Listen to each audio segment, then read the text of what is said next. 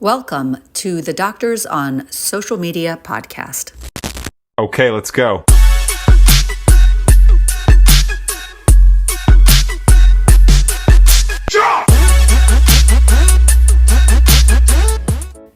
Welcome to the Doctors on Social Media podcast. We call ourselves SoMe Docs for short. Here in this show, we bring you today's most interesting content and we dissect it together. SoMe Docs is looking to create unique buzz and excitement within the field of healthcare and to showcase the movers and shakers who are making a difference today. Our episodes are available in both visual recordings and audio format, so you can soak us up through whichever medium fits best. Don't forget to give us a shout out online or share what you love. So, hi everyone, I'm Donna Coriel, and you are joining us for Social Dissections, where we're going to take a standout social media post and we're going to dissect it together. So today I have invited Dr. Stephen Lewellis on the show with me, and I am going to quickly have Dr. Lewellis introduce himself so that we can move on to the dissection together. So Dr. Lewellis, do you want to tell everyone about yourself? Yes, thank you very much, Dr. Coriel, for having me on. It's an honor and a privilege to be here. As you said, my name is Dr. Stephen Lewellis. I'm a board-certified dermatologist. I am currently building my own virtual direct care, meaning direct pay, no insurance involved, just directly between the patient and the doctor, kind of bring it back to the way it used to be. Dermatology clinic, it's going to be virtual. You can see me in Wisconsin and other states down the road, and that'll be live in January 2024. So if you're seeing this after that, go check me out. Amazing. I love it. All right. Without talking about that, because we do talk about it on SoMe Docs a lot, we want to focus these next 15 to 20 minutes on the post that we are going to dissect. So what I'm going to do is I'm going to share the screen and bring up the post that was standout enough for me to invite Dr. Lewellis on here. We've decided that Dr. Lewellis is going to be the one that actually reads it out loud, and then we are going to dissect it. So without further ado, take it away. Okay, great. And thanks again. This was a post that I put on LinkedIn about a week ago, and here it goes. Let me paint a picture that seems totally normal and reasonable until you actually stop to think about it. 13 years of early/primary/secondary education, K through 12, typically in the US. 4 years of undergraduate education, and you're paying a pretty penny for that often, might be taking out loans. 3 to 4 years of medical education, oftentimes paying even more for that, unless you're fortunate enough to have someone else supporting you through that. 1 year of internship. This is low wage, high stress, long hours, working for someone else. 2 to 6 years of residency training, still low wage, high stress, long hours, work for someone else. In some cases, 1 to 3 years of fellowship training, still relatively low wage, high stress, long hours, work for someone else. Total education/training time, 24 to 31 years. Total cost, both in terms of actual dollars and opportunity cost, shocking. Then just get a job, work for someone else, and make them wealthy. Totally normal, right? If you're an employed doctor in the US and aren't quite feeling right, there are many reasons for that. It doesn't have to be this way. Okay, amazing. And I'm going to also add in here that for those of you that are listening to this, there is a picture that accompanies the post of Dr. Lewellis holding up a sign, and the sign says last day of 29th grade, and next to him is a dog. So I'm just going to leave it at that and then go to the questions that I have curated for this post. And I am going to invite the audience, if you are listening to this in a podcast and want to actually see the visual, you can check it out on doctorsonsocialmedia.com, because we are going to include it in the footage of this conversation. So question number 1, 29th grade. So first of all, hilarious. Let me just stop sharing so we can look at Thanks. one another. Mhm. Yeah, 29th grade is just hilarious. We want to know what prompted you to come up with that concept. It was a big day. That I remember that day vividly. That was my wife and I, our porch in our very expensive one-bedroom apartment in Redwood City, California, during my final year and my final day of residency training at Stanford. And I was envisioning those pictures that proud parents take of their kids each year holding the chalkboard or whatever it is on the front doorstep of, first day of second grade. I want to be an astronaut, et cetera. So I just often had chuckled, sometimes regretfully, sometimes wistfully, sometimes just with good humor, about how many years I had been in school, training, whatever you want to call it. And one of both of our friends on that we interact with quite a bit on LinkedIn, Dr. Kira Barr, she mentioned when I posted this, I'm a lifelong learner, and I totally agreed with her on that. She said, I don't think I'll ever be out of school.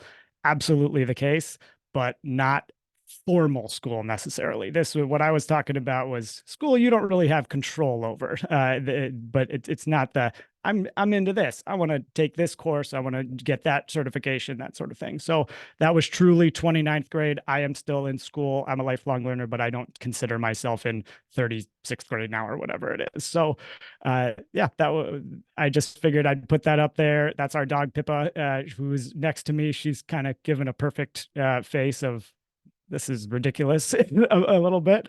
And it was just a beautiful day because Redwood City, if you've ever been there, in the downtown, there's this big archway, kind of a wrought iron archway that says climate best by government test. And it's very bizarre when you first see it, but apparently there was a studies decades ago that said what is the best climate in either the US or the world. I'm not sure. And I don't know how they judged what the criteria was, but Redwood City, California was it. And it is truly, I mean, it's 75 degrees and sunny 364 days a year, basically. So So that today was it's 75 degrees there. probably, I would imagine. Wow. It basically looks like it did in the background of that photo every day. Amazing, because I'm sitting here on the East Coast and it's So, probably around 30 or 40 outside. So and I'm in central Wisconsin and I was skiing yesterday. So that's just, I feel you on that. All right. Okay. Yeah. So, first of all, you are a fortune teller, because two of the questions that I have written here that I've curated deal with some of what you've already delved into. So, the next question was going to be whether Mhm. it's purposeful that you're posing with a sign in the same way that kids today do at the start of school. So, Yeah. clearly, you did that on purpose. Yeah, that was the take. That's what I wanted to evoke. That's what that's what I thought was most of the humor in it, other than obviously 29th grade is pretty absurd. But rather than just saying in text, it's my last day of 29th grade, I thought that the photo was much better. And Well, at the we time, can I just took it as for fun. It wasn't taken for a social media post for marketing or anything back then. We just took it and maybe showed some friends and we had a laugh. But now I'm running back through my photos as once you become a writer or any sort of person who thinks about these things, as you know, my dad always said this too. Was just recently celebrated his 60th anniversary of when he was first ordained as a priest. He's since retired, but he often said to me, everything is material. And when you think about these things, every little thing you see is, oh, that thing could be an article or a book chapter or something like that. So that's how I sort of come up with these things. I just roll through his photos, or I'm walking outside and I see something, And it's a great social media lesson because, first of all, humor is so important when Yeah. we post on social media, but also Mhm. just sharing tidbits from our personal lives helps. I Yes. mean, not every doctor is comfortable doing it, but it's not like you gave away a lot when you posted, Yeah. and very little can go a very long way. Yeah, So the absolutely. other question that I had when I curated these questions was also something that you delved into, which Mhm. is, we need more deets about that adorable dog. And if you're Yes. listening to the podcast, again, you can go to doctorssocialmedia.com to actually see the dog and Yeah. find the footage. Yeah. The dog, which we just found out is named Pippa, Mhm. Pippa seems to really be in on the messaging. And so I wanted to know, and is Pippa a male dog or a female? Female. Okay, so we want to know whether she auditioned for the role, whether she Yeah. auditioned for the role, and how you found her to work with, whether she was easy to direct or not. It's great. She was voluntold to do the role, so she had we said get out there. She spent most of her time out there anyway during our 3 years in Redwood City. She loved that porch. She Poor girl. So Pippa, she's back there. It's blurry, but the dog back there in the top in the corner that you might be able to make out is her, and she is what's called a sato. That is the name for street dogs in Puerto Rico, and that's just a common name for them. She was found rescued on the beach in 2014. She was born December 3rd, 2014. And a lot of dogs, they have a beach, unfortunately, down there called Dead Dog Beach. And just that's a lot of dogs that just end up stranded and without any care or food or things like that, or some of them make it, but a lot of them get rescued. And this one got fostered by someone there, and then eventually rescued by a group and sent to a shelter down south, but that was a kill shelter. And then she got shuttled up to a no kill shelter in New York City, where I happened to volunteer at the time during my final year of medical school at New York University. And I saw her, and it was love at first sight, and we just gobbled her up when she was about 4 months old. She went from New York City to Utah, Salt Lake City, the best year of her life. She was a mountain dog for a year. Then she went 3 years in Northern California, sat in the sun all day long, every day. 3 pretty good years, and then we took her to Minnesota and then Wisconsin. So it's very cold now for her. And she's a sun dog ultimately, but she loves the snow now. It was a long way of kind of getting back to your question of she's not usually an actor. She's tough. She is I would say maybe a method actor if I had to really pin her down, because she just is. She's in sort of character all day long, but it feels like she's playing a character somehow sometimes, and she's got that face on. I But love I'm sure she that. got a nice treat afterwards, and it Oh, was. I just love her. She was our first baby. We have two human babies now, but we have three, but she was our first. I love that. And yeah, of course she's going to acclimate to whatever weather you Yeah, move to because she's part of the family, right? We she's all part of sort the of have family. to Yep. acclimate wherever we are taken when we're children. All Hmm. right. Next question, curated from your really great post, is the following. Regarding the length of training that doctors have to go through, can you speak Hmm. on that really briefly so that the audience hears your thoughts? Absolutely. Yeah. In the United States, at least, it's different in different countries, but in our country, generally, 4 years of undergraduate degree, or university in some places it's called. Yeah, whatever what you do after high school is typically required. There are some unique programs that combine undergraduate and medical school to tighten it up a little bit. Typically 4 years of undergraduate, and then either 3 or 4 years of medical school. Some medical schools, including my alma mater, NYU, has shortened it to 3 years, which I agree with. I think that's a good idea. But typically it's still 4 years. So that's already 8 years after high school. And then at the bare minimum, a year of internship, and that's post medical school education. But typically, most of us do a residency training as well, which is after the year after your intern year. And then that's again between 2 and 6 or 7 years. And then fellowship training could be on top of that. So that's how it really stacks and stacks and stacks. And but at the bare minimum, it's still 8 to 9 years after high school. Yeah, it's a lot. Now, did you Mhm. mention that NYU lowered it to 3 years? I had no idea. That is my so let's fact check this. Let's be like the New Sure. Yorker. Yeah. Let's get our facts like real tight. But it's either they may not have switched it to 3 for everyone, but they were piloting a program and it was many years ago, so I'm not sure what it is now, that there was a program for students who basically, when they applied, they also chose their specialty, and they had a Oh, wow. spot for, orthopedic surgery, a spot for Right. family medicine, spots for, and those, because they were already had that figured out, they were in an accelerated I program. see. Yes. But I'm not sure if there was a plan for it to transition everyone to 3 years. So Okay. thank you for asking that. And Yes. that could be, they could still have a standard 4-year curriculum. Okay, perfect. So that makes sense because there are combined, I know that there's combined undergrad and Yes. medical school Yes. programs that are 7 years. So yeah, that would be Correct. okay. Correct. Now, which of those training sections that you listed in your post, which of them did you enjoy most? That's the first question, and why, of course. Yeah. That's a great question. Um, I am going to be very honest here.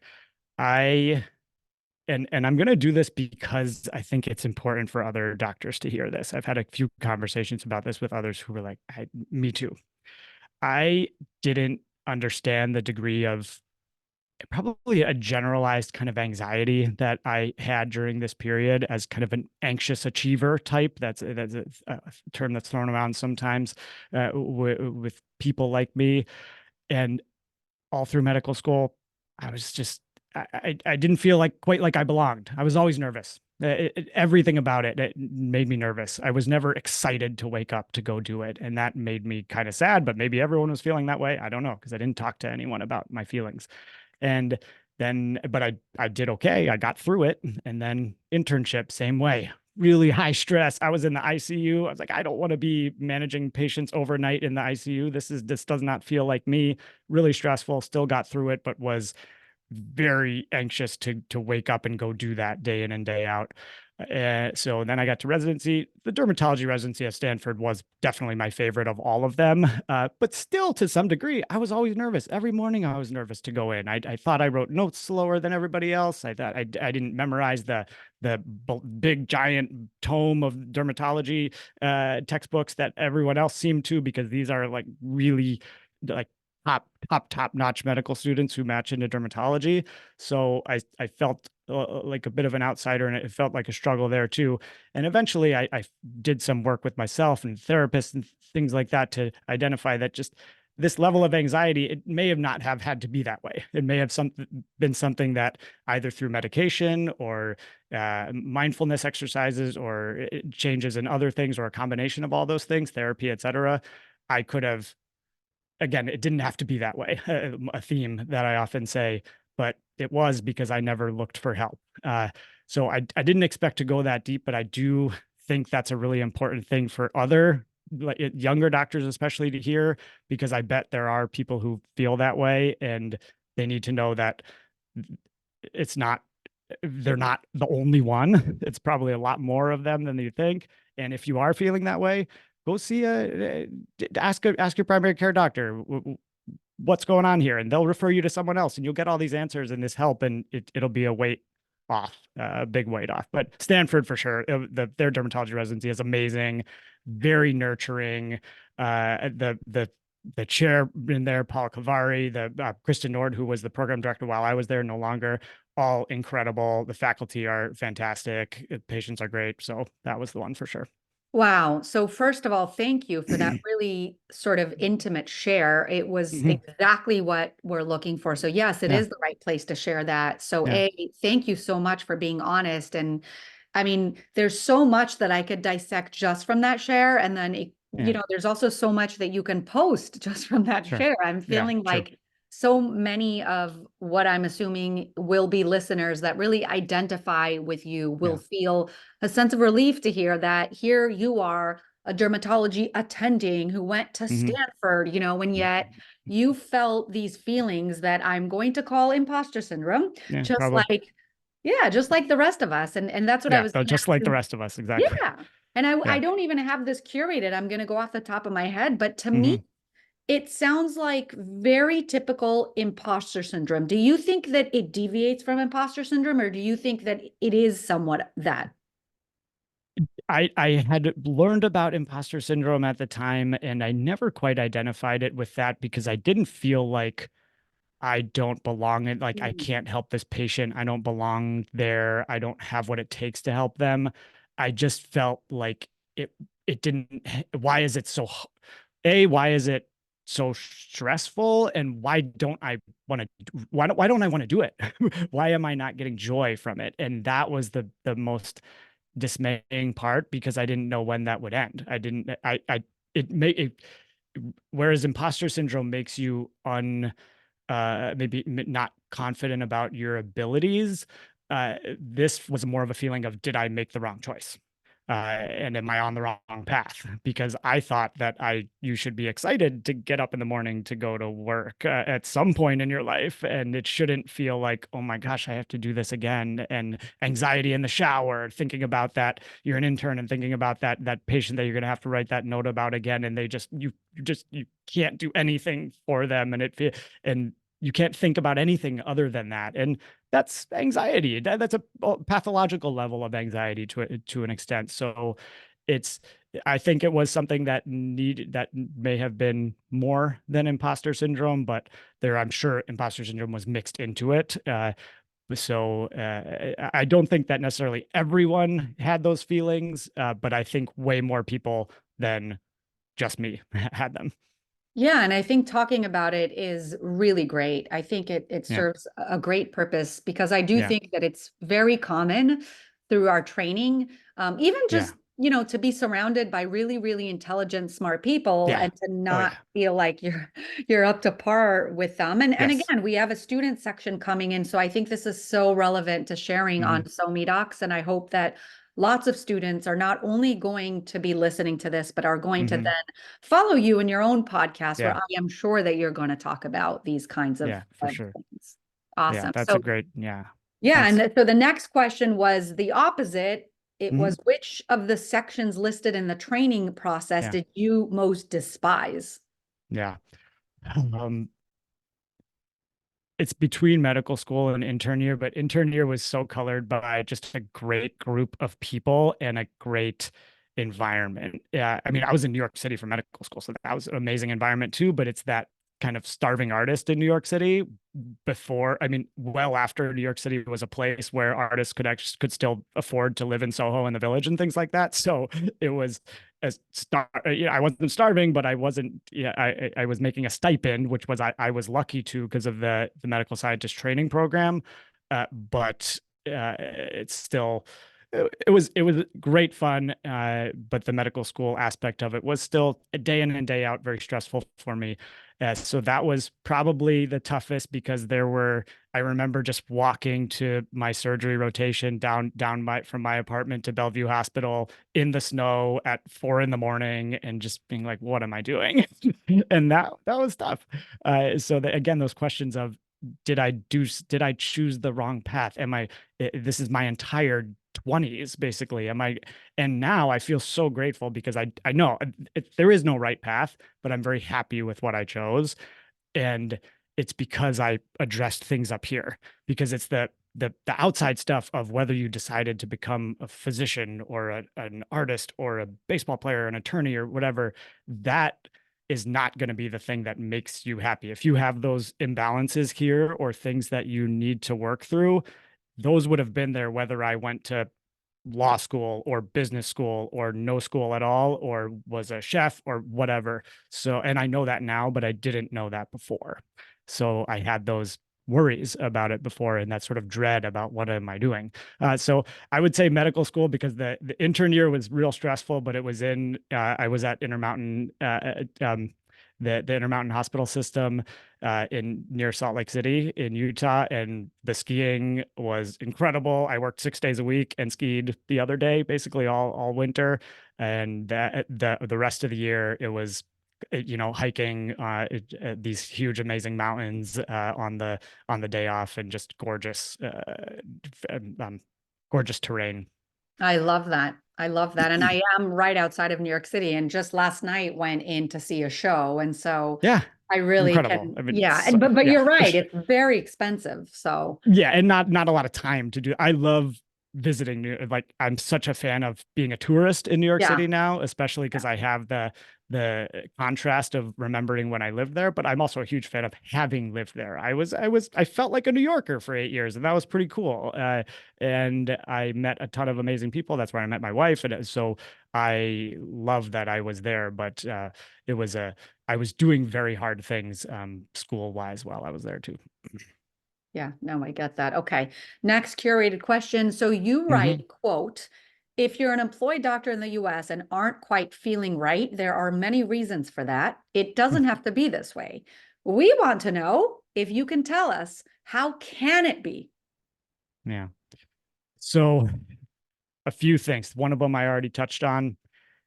If you have things you need to work through upstairs, it doesn't matter what you're doing. It's going to be you're going to have difficult feelings no matter what you're doing. So that's the most important thing to remember and to address. Changing your outside circumstances, if there are things up there that need to be changed, are not going to change you at all. Job hopping, career hopping, relationship hopping, any of that is just going to be a maladaptive coping mechanism. So that's how it can be better and doesn't have to be that this way. Get help. Just don't be your own hero.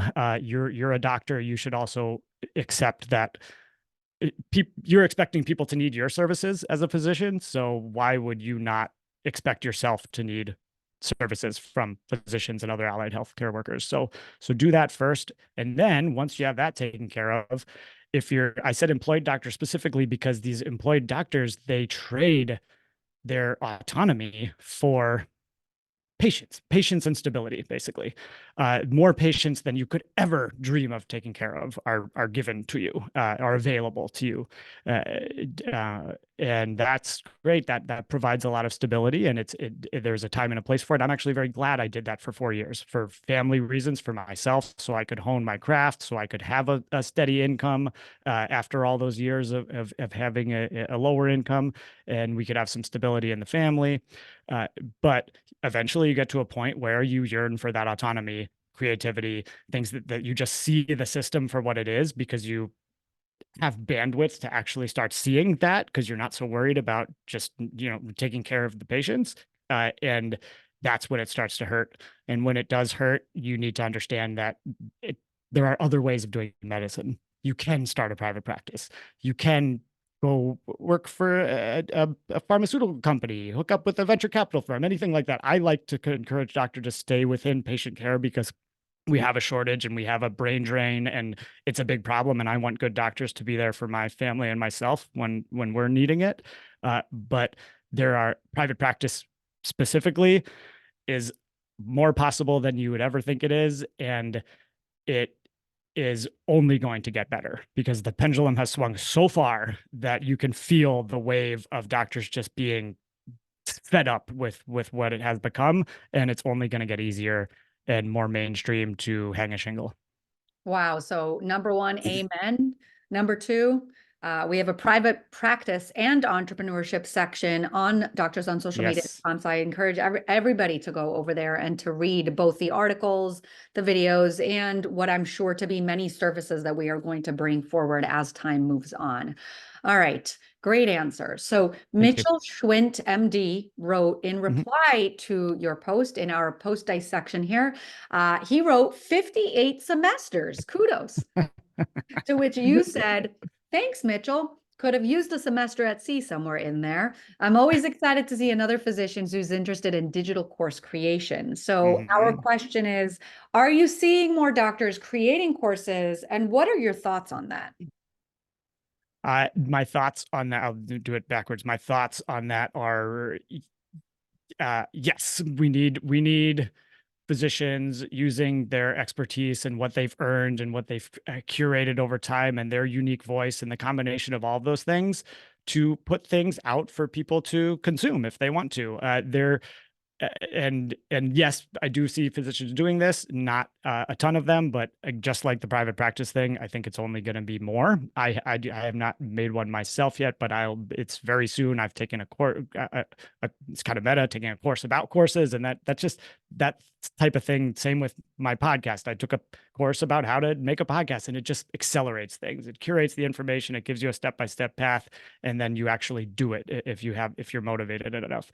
But for the courses itself, doctors don't have to be just one-on-one with the patient in the exam room. I think the idea of leverage outside of like real estate, there's this whole section of like secret society of doctors who's obsessed with real estate, and they get into real estate and it's all they can talk about. Not talking about that kind of leverage, debt leverage. It can be very good, but I'm talking about leveraging your own expertise and your own person. All we do is one-to-one, and that's all we think we can do, many of us. But if you make a course and you show I'm a dermatologist, let me tell you about psoriasis. You're going to get 15 minutes max, maybe 2 minutes with your dermatologist after you wait 4 months to get in there. And you're going to walk out and be like, okay, I think did they say biologic? I'm going to get a shot. I'm not sure what's happening. But if you take a course from a dermatologist before that, all about psoriasis, what it is, what causes it, what are the main medications, what are the lifestyle changes you can make to influence it, you come in as an educated person who has psoriasis, and then you can ask the expert that's in front of you who's actually going to prescribe those things informed questions. So if you can sell that course to them for $100, $200, $500, whatever you decide, that's you leveraging your expertise, and you don't need to be there. It's evergreen. It's there. They click on it, they buy it or not buy it. And that's income for you.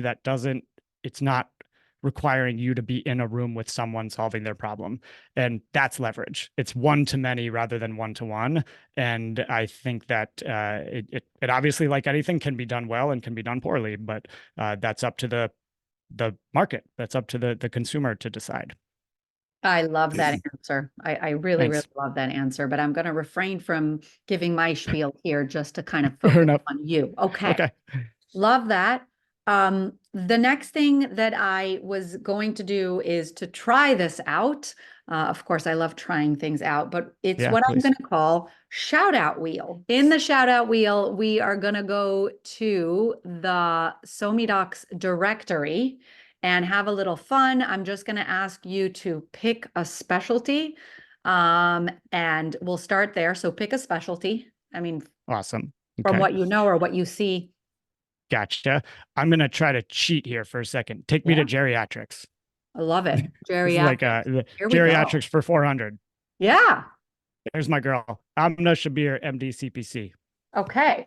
So let's open that up. And you already honed in on the person. We were going to do it a different way, but I love it. Oh, sorry. No, this is amazing. This is amazing. Okay. The whole point is a shout out. So we are going to shout out Dr. Amna Shabir, who, and I'm going to read what they do, coach for early physicians, speaker, and mom. And I'm going to go straight to her quote because it's usually just one sentence, like bam. I am a certified coach for early career physicians. So, hey, early career physicians, listen up. She's yours. She's your doctor. And apparently you really appreciate her as well. We're going to tweet all about her right there. We'll tag her when we share this as well. We're going to tweet her out. I love it. Okay. I love the real-time the tweet. That's great. Yeah, for sure. I'm going to share with you the reason that I screwed up your game. I cheated on your game. Tell me. And I didn't know this game was coming because of the prior question. I meant to talk about Amna in my Dr. Shabir, but we're friends, so Amna in that question because she has created a course. It is launching soon, I believe, and it's a course for early career physicians. And she's a great example of a physician who is leveraging her expertise for good and for good for both for her and for the people she's serving. That's what the point of creating valuable things is.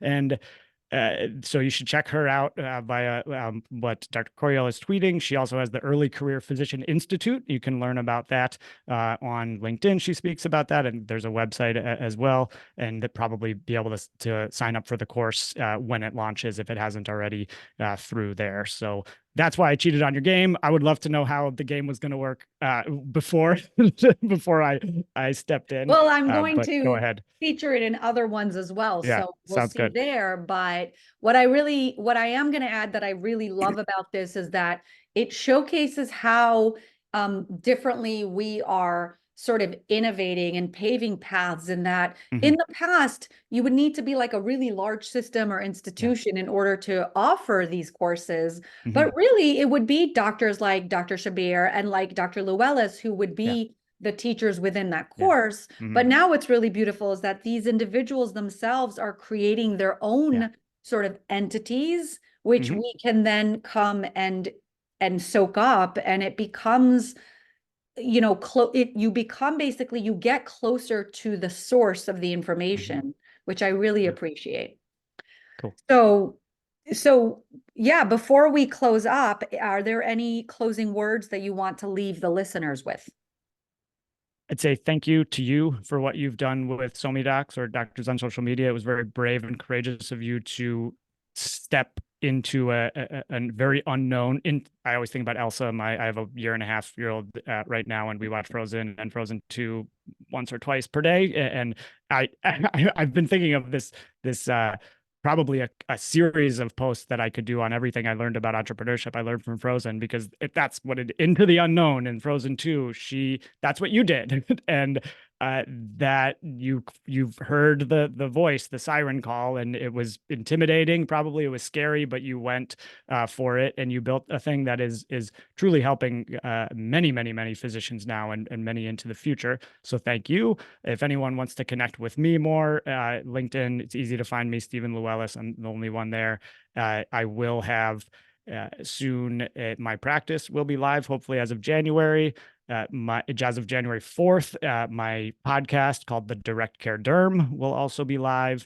Thank you. And then my website right now, Lewellis, my last name, MD as in medical doctor.com. You can go there to get on my email list. There's also a free resource about how to use topical retinoids in your daily routine on your skin, which is the dermatologist's best friend. So you'll want to know about that if you don't already.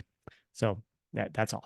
I love that. Fantastic. So if you're listening to this, do Dr. Lewellis and I a favor. If you've enjoyed this recording, go to social media, tell everyone what grade you're in, because Dr. Lewellis is 30-something grade, but what do you know the exact number of grade you're in? Well, I just turned 39 yesterday, so nice. I guess I'm in maybe 35th grade or something like 34th so grade. First of all, happy birthday and congrats on completing 35th grade. So go ahead and go to social media. Tell us what grade you're in and that you heard this great episode on SoMeDocs. You can, of course, tag us. I'm Dr. Coriel, and Dr. Lewellis is Dr. Stephen Lewellis, and tell them to listen too. And that's it for social dissection. Have a great rest of your day. Fantastic. Thank you.